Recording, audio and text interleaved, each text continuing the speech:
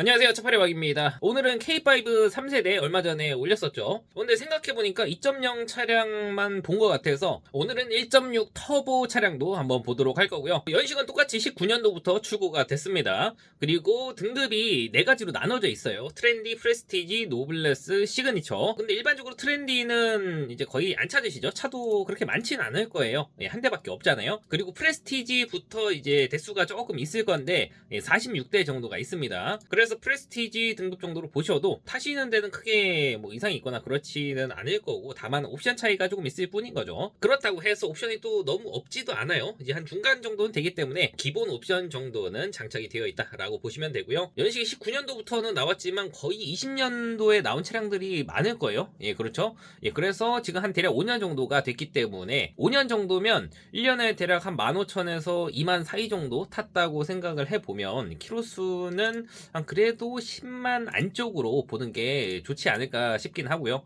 그러면 대수가 조금 줄어들긴 하지만 그래도 아직 차량들이 많이 남아 있어요. 금액대는 이제 1,800만원 후반대부터 시작하는 것을 볼 수가 있고요. 여기 보면 신차 가격 3,000이라고 적혀 있죠. 그러면 지금 한 1,000만원 정도 감가가 됐잖아요. 5년에 1,000만원 정도면 무난한 감가라고 생각이 되고요. 이 중에서 한 대 골라보면 세 번째에 있는 1,899만원의 검정 색깔이고요. 키로수가 7만 킬로대로 조금 짧은 편이에요. 외관 상태는 크게 이상이 없어 보이죠. 다만 아쉬운 게 썬팅이 조금 옅어 보이죠. 그리고 내부를 보시면 상단에 블랙박스는 떼간 것처럼 보여지고요. 앞에 정품 내비랑 스마트키 있고요. 핸들에 보시면 드라이브 와이즈가 장착이 되어 있습니다. 그리고 기어봉은 따로 이제 없죠. 돌리는 다이얼식으로 되어 있고, 운전석하고 조수석 양쪽 열선 통풍 시트, 핸들 열선까지 있어요. 시트는 베이지 시트로 되어 있습니다. 성능 기록부 보겠습니다. 용도 이력은 있는 차량이네요. 사고는 없고요. 앞에 후드랑 오른쪽 팬더가 교환이 되어 있습니다. 단순 교환으로 들어가고요. 사고 이력에는 없음으로 체크가 되어 있어요. 밑에 누유는 없다고 되어 있고 특이사항에도 별다른 내용이 없죠. 차는 11월 19일 날 들어왔습니다. 그래서 들어온 지는 대략 2달 정도 된 차량이고요. 그래서 금액도 나쁘지 않고요. 사고도 없고 키로수도 용도 이력이 있긴 하지만 그래도 짧기 때문에 저는 뭐 크게 상관은 없다고 생각을 하고요. 그리고 옵션도 나쁘지 않게 들어가 있었잖아요. 그래서 저는 이 정도 금액이면 충분히 탈만하다고 생각이 됩니다. 그리고 이제 밑으로 내려가면 금액대는 조금씩 이제 올라가고 키로수가 이제 6만에서 한 4만대도 나와요. 그러면 이제 금액이 조금 더 올라가긴 하죠. 2천만원 초반대 정도로 올라갑니다. 그래서 난 이왕이면 키로수 조금 더 짧은 걸로 살 거야 하시는 분들은 금액대를 조금만 더 올려서 2천만원 초반대까지만 가셔도 충분히 키로수 짧은 차량으로 보실 수가 있을 것 같고요. 이제 다음으로 노블레스 등급도 보도록 할게요. 67대로 조금 더 많긴 하네요. 금액대를 보면 1,800만원대부터 시작을 하죠. 프레스티지랑 크게 차이가 없습니다. 그럴 거면 차라리 노블레스 등급으로 보는 게 낫죠. 이 중에서 하나 보게 되면 1,890만원인데 회색이고요. 키로수는 9만 킬로대 정도 주행을 했어요. 연식 대비했을 때 키로수는 조금 있는 편이죠. 1년에 대략 한 2만 대 정도 탔다고 볼 수가 있고요. 근데 옵션이 좋은 것 같아서 한번 볼게요. 우선 외관 상태는 깔끔합니다. 광택이 잘 되어 있네요. 그리고 앞에 계기판도 전자계기판으로 되어 있고요. 상단에 썬루프가 들어가 있죠. 그리고 시트는 베이지 시트로 되어 있고요. 앞에 HUD 있고 어라운드 뷰 있습니다. 그렇기 때문에 앞에 계기판에도 카메라가 있죠. 핸들 보시면 드라이브 와이즈 있고요. 그래서 옵션이 좋습니다. 이 정도면 거의 풀옵션급이라고 볼 수가 있겠죠. 성능 기록부를 보겠습니다. 용도 이력은 있는 차량이네요. 사고는 없고요. 오른쪽 팬더가 교환이 하나 있고 쿼터 패널이 판금이 들어가 있습니다. 그래서 단순 수리로 들어가는 부분이고요. 사고 이력에는 없음으로 체크가 되어 있습니다. 밑에 누유는 없다고 되어 있고요. 특이사항에 보시면 앞문 도색이 되어 있다고 하고 내차 피해가 1회 정도 있고요. 금액이 300 정도가 있네요. 아마 범퍼 쪽이랑 요거 두 개 수리한 게 그 정도 나온 것 같아요. 차는 1월 3일날 들어왔고요. 그래서 들어온 지는 얼마 안 됐어요. 그래서 보험 이력이 조금 있기는 하지만 옵션이 좋기 때문에 저는 이 정도 금액대에서는 충분히 저는 괜찮다고 생각을 하고요. 그리고 이제 조금 더 밑으로 내려가다 보니까 2천만원대에서는 거의 키로수가 한 7만에서 10만 사이 정도 되는 것 같은데 검정색 5만 킬로짜리 하나 있죠. 요것도 하나 볼게요. 마찬가지로 외관 상태는 깔끔하고 옵션은 드라이브 와이즈 있고 앞에 전자계기판 있고요. 어라운드 뷰도 들어가 있죠. 아쉽게도 HUD랑 썬루프는 빠졌네요. 그래서 옵션은 노블레스 이제 기본 옵션 정도 들어가 들어간 것 같아요. 마찬가지로 이제 용도 이력은 있는 차량이고, 근데 사고는 없지만 교환이 조금 많아요. 운전석 앞문짝부터 시작해서 앞에 후드, 라디에이터 서포트랑 오른쪽 팬더, 그리고 조수석 앞뒷 문짝이랑 쿼터 패널까지 판금이 되어 있어요. 근데 이렇게 교환하고 판금이 있는데 이게 사고차가 아니냐라고 하실 수도 있죠. 소비자 입장에서는 당연히. 근데 성능 기록부 상에는 사고가 없다고 체크가 되어 있습니다. 프레임 쪽이 아니라서 그렇습니다. 이제 겉에 외판 껍데기이기 때문에 성능장에서는 그렇게 보는 것 같아요. 그리고 밑에 누유는 없고 특이사항에 별다른 내용은 없습니다. 다만 이 차는 교환된 부분이 꽤 많기 때문에 보험 이력이 금액이 조금 높을 수가 있어요. 그래서 꼭 확인을 하고 이런 거는 구매를 하셔야 될 것 같습니다. 차 들어온 날짜는 10월 11일 날 들어왔어요. 그래서 키로수가 짧은 게 장점이기는 하지만 교환된 부위가 조금 많기 때문에 금액이 조금 저렴한 것 같고요. 그리고 밑으로 내려가서 2100에서 2200만 원대 정도 가니까 키로수가 5에서 한 7만 킬로대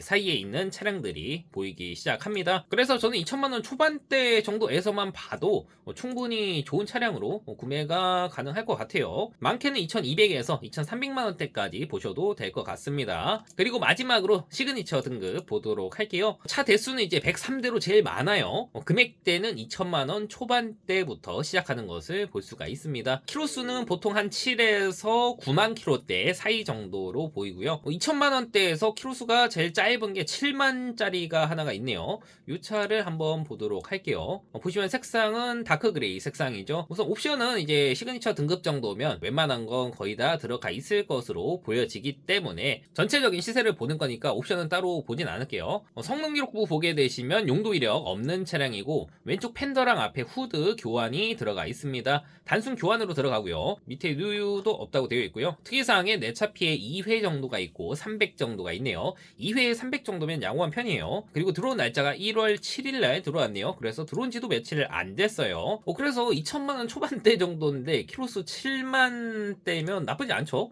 거기다 아까 용도 이력도 없었잖아요. 그래서 방금 전에 봤었던 프레스티지, 노블레스 등급에서도 용도 이력이 있는 차량들이 조금 있었는데 용도 이력도 없거니와 금액도 2천만 원 초반대면 아까 전에 1800만 원대에 있었던 차량들보다 옵션도 좋은데 키로수도 나쁘지 않잖아요. 그러면 저는 시그니처 등급으로 가야 된다고 생각을 합니다. 그리고 밑으로 조금 더 내려가서 금액대가 한 2100에서 2200만 원대 정도 되면 키로수가 한 4에서 5만 킬로대짜리 차량도 있긴 해요. 다른 차량들에 비해서 조금 저렴하다 싶으면 사고가 있을 수도 있기 때문에 이런 건 잘 보셔야겠죠. 이 차는 마찬가지로 옵션이 거의 다 들어가 있는 것 같아요. 썬루프까지 있잖아요. 그리고 키로수가 좋습니다. 48,000이라고 되어 있네요. 키로수 48,000km 맞죠? 성능 기록부 보겠습니다. 용도 이력 없는 차량이고요.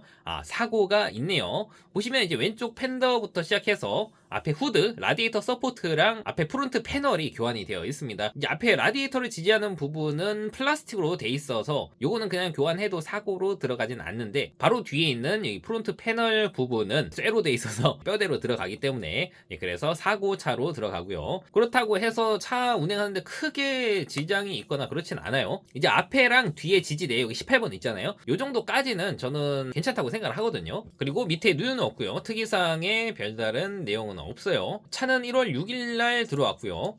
키로수가 진짜 짧아서 좋기는 한데 사고가 있는 게 진짜 아쉽네요. 근데 이 정도면 저는 충분히 사셔도 된다고 생각을 합니다. 키로수도 48,000에 풀옵션급이잖아요. 근데 2천만 원 초반대다? 저는 이 정도면 탈만하다고 생각이 되거든요. 근데 이제 보험이력은 한번 확인을 해봐야 되지 않을까 싶고, 그리고 이제 뒤로 넘어가면 보통 한 7에서 9만 킬로대 사이 정도에 있는 차량들이 한 2200에서 2300만 원대 정도로 금액이 형성이 되어 있고요. 나는 그래도 키로수가 조금 더 짧은 차로 보고 싶어 하시는 분들이 계실 거기 때문에 한 6만 킬로 안쪽으로 보게 되면 금액대는 거의 한 2300만 원대 이상으로 시작한다고 보시면 되고요. 제가 봤을 때 한 4, 5만 킬로 대 정도로 보실 거라면 한 2300~400대 이 정도에서 보시면 충분히 나쁘지 않은 차량으로 구매가 가능할 것 같고요. 그래서 오늘은 K5 3세대 모델 중고차 시세 한번 봤고요. 전체적으로 봤을 때 금액대가 2.0이랑 크게 차이가 나진 않았어요. 그리고 제가 생각하기에도 2.0보다는 이제 1.6 터보가 조금 더 잘 나가긴 하거든요. 그리고 이제 둘 중에서 뭐가 좋아요 물어보시면 고속도로를 자주 주행을 하시면 1.6 터보가 낫다고 생각이 되고요.